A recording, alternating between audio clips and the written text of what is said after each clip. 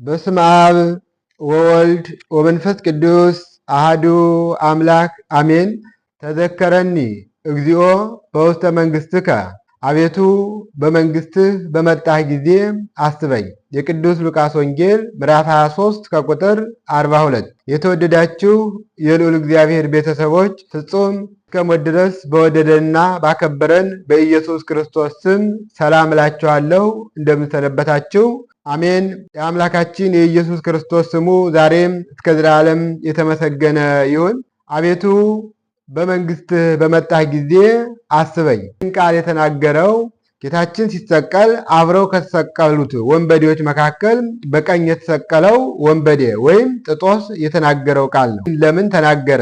መጋቢት 27ስ ለምን እናከብረዋለን የሚለውን ስንነጋገር ይህ በቀኝ በኩል የተሰቀለው ወንበዴ የተናገረው የጌታችን የመድኃኒታችን የኢየሱስ ክርስቶስ አምላክነቱን አምኖ ጌትነቱን ተመልክቶ የተናገረው ቃል ነው። መጋቢት 27 ቀን የምናከብረው የጌታችን የኢየሱስ ክርስቶስ ጥንተ ስቅለቱ መታሰቢያ ስለሆነ መጋቢት 27ን እናከብራለን። ጌታችን ኢየሱስ ክርስቶስ ለእኛ ሲል ከሰማይ ሰማይ መውረዱን ከድንግል ማርያም መወለዱን በቀራንዮ እርቃኑን መሰቀሉን የምናስብበት ጥንተ ስቅለቱ የሚታሰብበት ዕለት ስለሆነ መጋቢት 27 በተለየ መልኩ እናስበዋለን ማለት ነው። በዕለተ ዓርብ ክርስቶስ ሲሰቀል በሰማያት 3 ተአምራት ማለትም ፀሐይ ስትጨልም፣ ጨረቃ ደም ስትሆን፣ እንዲሁም ከዋክብት ሲረግፉ በምድር ደግሞ 4 ተአምራት ሲደረጉ ይኸውም ዓለታት ሲሰነጣጠቁ፣ መቃብራት ሲከፈቱ፣ የቤተ መቅደስ መጋረጃዎች ለሁለት ሲከፈሉ፣ ሙታን ሲነሱ አይቶ ይህን ተአምራት ተመልክቶ በእውነት አምላክ እንደሆነ እውነተኛ አምላክ እንደሆነ አምኖ ጌታችን ኢየሱስ ክርስቶስ ዘላለማዊ አምላክ፣ ዘላለማዊ አዳኝ፣ ዘላለማዊ ንጉሥ በዘመኑ ህልፈት በመንግስቱ ሽረት የሌለበት መሆኑን ተረድቶ ፈያታዊ ዘየማን ተናግሯማ። ለዚህም ነው አቤቱ በመንግስት በመጣህ ጊዜ አስበኝ ያለው። ይህን ሲናገር ፈያታዊ ዘየማን ኢየሱስ ክርስቶስ በቀራንዮ አደባባይ ተሰቅሎ እነዚህ ተአምራት ሲደረጉ ፈያታዊ ዘየማን ደግሞ ይህን ሲናገር በግራ የተሰቀለው ዲያክርስ ወይም ፈያታዊ ዘጠጋም አምላክነቱን አላመነም ነበር፣ ጌትነቱን አልተቀበለም ነበርና እስቲ አምላክ ከሆነ ራሱን ያድን ብሎ ተዘባበተ ይላል። ተዘባበተ። ፈያታዊ ዘየማን ግን እኛስ በበደላችን ነው፣ እኛስ በኃጢአታችን ነው የተሰቀል፣ እርሱ ግን ምንም ሳይበድል እንዴት በአምላክ ላይ ክፉ ትናገራለህ? እንዴት በአምላክ ላይ ይህን ነገር ትናገራለህ? ብሎ ፈያታዊ ዘጠጋምን ወይም ዲያክርስን ገሰጠው ይለናል። ዲያክርስን ገሰጠው። ፈያታዊ ዘየማን ጌታችን ኢየሱስ ክርስቶስን በጌትነት መንበረ ጸባዖት ወይም በመንግስቱ ሆኖ ታይቶታል፣ ተገልጾለታል። እርሱም ይህን አይቶ ተዘከረኒ እግዚኦ በውስተ መንግሥትከ ቢለው ጌታችን ኢየሱስ ክርስቶስም ፍጹም እምነቱን ተመልክቶ ኢየሱስ ክርስቶስ ዮም ትሄሉ ምስሌ ውስተ ገነት ብሎ ደመ ማኅተሙን ሰጥቶታል።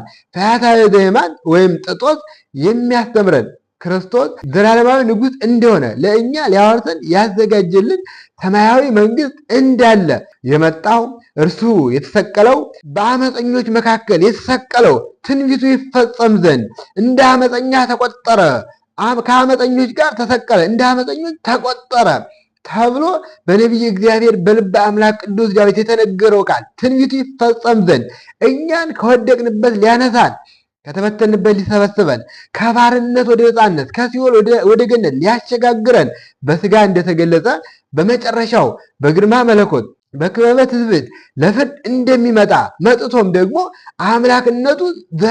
አምላክነቱን ላመነ ዘላለማዊ ንጉሥነቱን አምኖ በሕጉ ለተጓዙ መንግስቱን እንደሚያወርሰን ፈያታዊ ዘየማን ያስተምረናል ማለት ነው። ፈያታዊ ዘየማን ይነግረናል ማለት ነው። ጌታችን መድኃኒታችን ኢየሱስ ክርስቶስም በመዋዕለ ሥጋዌ በነበረበት ዘመን ባስተማረበት ዘመን የቅዱስ ማቴዎስ ወንጌል ምዕራፍ 24 ከቁጥር 31 ጀምሮ ስናነብ በመጨረሻው እንደሚመጣ በመጨረሻው ሲመጣ ደግሞ በጎቹን በቀኙ ፍየሎችን በግራው እንደሚያቆም በጎች የተባሉ ጻድቃን ሕጉን የጠበቁ በሕጉ የተጓዙ እንግዳን የተቀበሉ የተራበን ያበሉ የተጠማን ያጠጡትን እነሱን ንዑ ሀቤ ቡሩካኑ ለአቡየ እናንተ የአባቴ ቡሩካን ኑ እንደሚላቸው ንጉሱ ኑ በቀኝ ያሉትን ጻድቃን ኑ እንደሚላቸው በግራ ያሉትን ደግሞ በዚህ ዓለም ስልጣናቸውን ተጠቅመው ሀብታቸውን ተጠቅመው ኃጢአትን የሰሩ ሕገ እግዚአብሔርን የጣሱ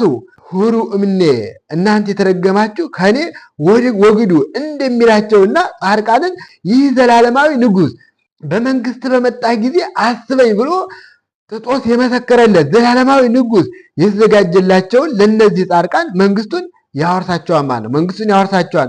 የተዘጋጀላችሁን የእግዚአብሔር መንግስት ውረሱ እንደሚላቸው ተናግሯል ማለት ነው። የእግዚአብሔር ልጆች ይህን ለመውረስ ይህን ለማግኘት በዚህ ምድር ላይ ቤተ ክርስቲያን በምድር ላይ የምትገኝ መንግስተ ሰማያት እንደሆነች መምህራን ይናገራሉ። ስለዚህ ይህን ዘላለማዊ መንግስት ለማውረድ መንግስት በተባለችው በቤተ ክርስቲያን መጽናት እንደሚያስፈልግ መምህራን ይነግሩናል ማለት መምህራን ያስተምሩናል። ፈያታዊ ዘየማን በኋላ ገነት ሲገባ ደመ ማኅተሙን ሰጥቶት ወደ ገነት ሲሄድ የእግዚአብሔር መልአክ ወይም ገነትን የሚጠብቀው መልአክ በመጀመሪያ ዮም ትሄሉ ምስሌ ዛሬ ከእኔ ጋር ትሆናለህ ብሎ ጌታችን ኢየሱስ ክርስቶስ ለፈያታዊ ዘየማን ይህን ቃል ሲነግረው ፈያታዊ ዘየማን ወይም ጥጦስ ደግሞ ደመ ማኅተሙን ይዞ ወደ ገነት ሲሄድ የእግዚአብሔር መልአክ አንተ ማነህ? አዳም ነህ? አብርሃም ነህ ወይስ ይስሐቅ ነህ እያለ ጠይቆታል። መልአኩ አዳምንም አብርሃምንም ይስሐቅንም ሳያውቅ ቀርቶ ሳይሆን መምህራነ ቤተ ክርስቲያን ሊቃውንተ ቤተ ክርስቲያን ሲያብራሩ ሲተረጉሙት አዳም ነህ ማለቱ የአዳምን ያህል ስራ አለህን?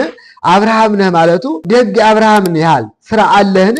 ሲለው ነው ማለት ጌታችን አዳምንና እኛ ውሉደ አዳምን ለማዳን መስቀልን ተሸክሞ ተንገላቷል ማለት ነው። አይሁድ የቀራንዮን ዳገት እየገረፉ እየገፉ ወደ ጫፍ አድርሰውታል። በዕለተ ዓርብ ቀትር በሆነ ጊዜ 6 ሰዓት ላይ ሲሆን ጌታችን መድኃኒታችን ኢየሱስ ክርስቶስ በቀራንዮ ሰቅለውታል። ጌታችን የተሰቀለበት ሰዓት ፀሐይ በሰማይ መካከል በሆነ ጊዜ የጥላ መታየት በሚጠፋበት ወደ ሰው ተረከዝ በሚገባበት ነበርና ከ6 ሰዓት ጀምሮ እስከ 9 ሰዓት ምድር ጨልማለች። ፀሐይ፣ ጨረቃ፣ ከዋክብት ብርሃናቸውን ከልክለዋል። ምክንያቱም የፈጣሪያቸውን እርቃን ይሸፍኑ ዘንድ ግድ ስለሆነ ፀሐይ ጸልመ ወወር ደመ ኮነ ወከዋክብት ወርቁ ፍጡነ ከመ ኢይራዩ እርቃኖ ለዘአልበሶሙ ብርሃን ብርሃን ያለበሳቸውን ኢየሱስ ክርስቶስን እርቃኑን ሲመለከቱት ፀሐይ ጨልማለች፣ ጨረቃ ደም ሆናለች፣ ከዋክብት ረግፈዋል። በዚህ ዕለት ለእኛ ያደረገውን ማሰብ ያስፈልጋል። ለእኛ ሲል በገመድ ታስሯል። ለእኛ ሲል በምድር ላይ ወርቋል። ለእኛ ሲል በፈጠራቸው በእነሱ እግር ተረግጧል። በእኛ ሲል በሁለት ምሰሶዎች መካከል አድርገው ወደ ግራና ወደ ቀኝ ገፍተውታል። ለእኛ ሲል በፈጠራቸው ፍጥረታት በጥፊ ተመተዋል። ለእኛ ሲል ራሱን በኩርኩም መተውታል። ምራቃቸውን እትፍ ብለውበታል። ለእኛ ሲል በጦር ተወግቷል። ትንቢቱ ይፈጸም ዘንድ ኢሳይያስ የተናገረው ኢሳይያስ አስቀድመው የተናገሩት ትንቢት ይፈጸም ዘንድ ለእኛ ሲል ብዙ ነገር ሆኖና እግዚአብሔር ትንቢተ ኢሳይያስ ምዕራፍ 53 ከቁጥር 5 ላይ ስለ መተላለፋችን ቆሰለ፣ ስለ በደላችን ደቀቀ፣ የድኅነታችንም ተግሣጽ በእርሱ ላይ ነበር፣ በእርሱ ቁስል እኛ ተፈወስን ይላል። በእርሱ ቁስል ምን አለ? እኛ ተፈወስ። ስለ እኛ ተጨነቀ፣ ስለ እኛ ተሰቃየ፣ ስለ እኛ አፉን አልከፈተም። ለመታረድ እንደሚነዳ ጠቦት በሸላቾቹ ፊት ዝም እንደሚል በግ እንዲሁ ዝም አለ ይለና ዝም አለ። ክርስቶስ ይህን ሁሉ ያደረገው ለእኛ ነው፣ እኛን መንግስቱን ለማውረስ። ስለዚህ ፈያታዊ ዘየማን ተዘከረኒ እግዚኦ በውስተ መንግሥትከ አምላክነቱን አምኖ ጌትነቱን አውቆ አቤቱ በመንግስት በመጣ ጊዜ አስበኝ እንዳለ እኛም መጠራታችን አይቀርምና ጌታ ሆይ በመንግስት በመጣ ጊዜ አስበን ልንል ያስፈልጋል። ህጉን እያከበር በህጉ እየተጓዝ ጸንተን መኖር ያስፈልጋል። ቀራንዮን እየተመለከት እየጸለይን እየጾም በመንግስት በመጣ ጊዜ ጌታ ሆይ አስበን ልንል ያስፈልጋል። ጌታችን ኢየሱስ ክርስቶስ ለእኛ ህይወቱን ሰጥቶናል። ለእኛ ሙቷል። ለእኛ ሲል ተገርፏል። ለእኛ ሁሉን ነገር ስለ ወዳጆቹ ህይወቱን ነፍሱን አሳልፎ ከመስጠት ከዚህ የሚበልጥ ፍቅር የለም እንደተባለው ለእኛ ሲል ሕይወቱ ሰጥቶናል። ቅዱስ ኤፍሬም በዚህ በዓርብ ውዳሴ ማርያም ላይ ወደ እርሱ አቀረበን ክብር ምስጋና ያለው እርሱ የእኛን ሞት ተቀብሎ የእርሱን ሕይወት ሰጠን ይላል። የእርሱን ሕይወት ምን አለ? የእርሱን ሕይወት ሰጠን። የእርሱን ሕይወት ነው የሰጠን። የእኛን ሞት ሙቶ መሞት ያለብን መገረፍ ያለብን መሰቀል ያለብን እኛ የበደልነው ስንሆን እርሱ የእኛን ግርፋት ተገረፈ። እርሱ ክብርና ምስጋና ያለው የእኛን ሞት ሙቶ የእሱን ሕይወት ሰጥቶናል ማለት ነው እግዚአብሔር ልጅ። ስለዚህ የተደረገልንን ማሰብ ያስፈልጋል። ያንን ቀን ለማሰብ ነው መጋቢት 27 በተለየ መልኩ ዕለተ ስቅለት ወይም ጥንተ ስቅለቱን ስለምናስብ ነው በዓሉን የምናከብረው። ጥጦስ ወይም ፈያታዊ ዘየማን ዘላለማዊ ንጉሥ እንደሆነ እግዚአብሔር በዘመኑ ህልፈት በመንግስቱ ሽረት እንደሌለበት ነግሮናል። ይህ መንግስት መልሶ ይመጣል። አምላካችን እግዚአብሔር መጀመሪያ ከመጣበት በተለየ አመጣጥ ይመጣል፣ ይገለጻል። መጀመሪያ የመጣው እኛን ለማዳን ነው። መጀመሪያ የመጣው እኛን ከሲኦል ወደ ገነት ለማሸጋገር ነው። መጀመሪያ የመጣው እኛን ከባርነት ወደ ነፃነት ለማሳለፍ ነው። ዳግም ምጽአቱ ከዚህ ይለያል፣ በክብር ይገለጣል። ኢየሱስ ክርስቶስ እልፍ አእላፋት መላእክትን አስከትሎ ይመጣል። ያኔ ሲመጣ ንጉሱ ሲመጣ መንግስቱን ለመውረስ ካሁኑ መዘጋጀት ያስፈልጋል ማለት ነው። የእግዚአብሔር ልጆች በኋላ የሚመጣው ለፍርድ ነው። ለጻድቃን ሕጉን ለጠበቁ፣ ለጾሙ፣ ለቆረቡ፣ ንስሐ ለገቡ፣ ለመጸወቱ፣ እንግዳን ለተቀበሉ ለእነዚህ ለጻድቃን ሊፈርድላቸው ስልጣናቸውን፣ ሀብታቸውን፣ ጉልበታቸውን ተጠቅመው ድሆችን የበደሉ ግፍን ለሰሩ በእነሱ ላይ ደግሞ ሊፈርድ ይመጣል ማለት ነው።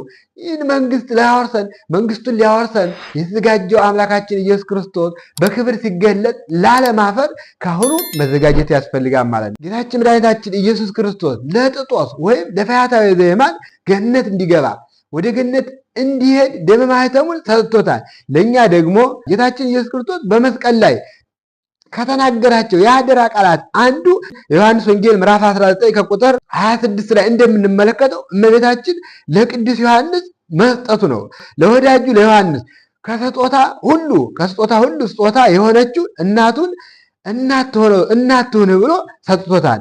እነኋት እናትህ፣ ለእሷ ደግሞ እነሆ ልጅሽ ብሎ ወደ ቤቱ ወስዶ 15 ዓመት እመቤታችን የሚያጽናናትን ወዳጁን ዮሐንስን ሰጥቶታል ማለት ነው። እንዲያጽናናት ወዳጁ ዮሐንስ ሰጥቶታል። ይህም መምህራነ ቤተክርስቲያን ሊቃውንተ ቤተክርስቲያን ሲያስረዱ የእመቤታችን ለዮሐንስ መሰጠት ቀድሞ በሙሴ አንጻር ጽላቷን ለሕዝበ እስራኤል ወይም ለሕዝቡ ሁሉ እንደተሰጠች በዮሐንስ አንጻር እመቤታችን ለሁላችን ለምእመናን ተሰጥታለች ማለት ነው።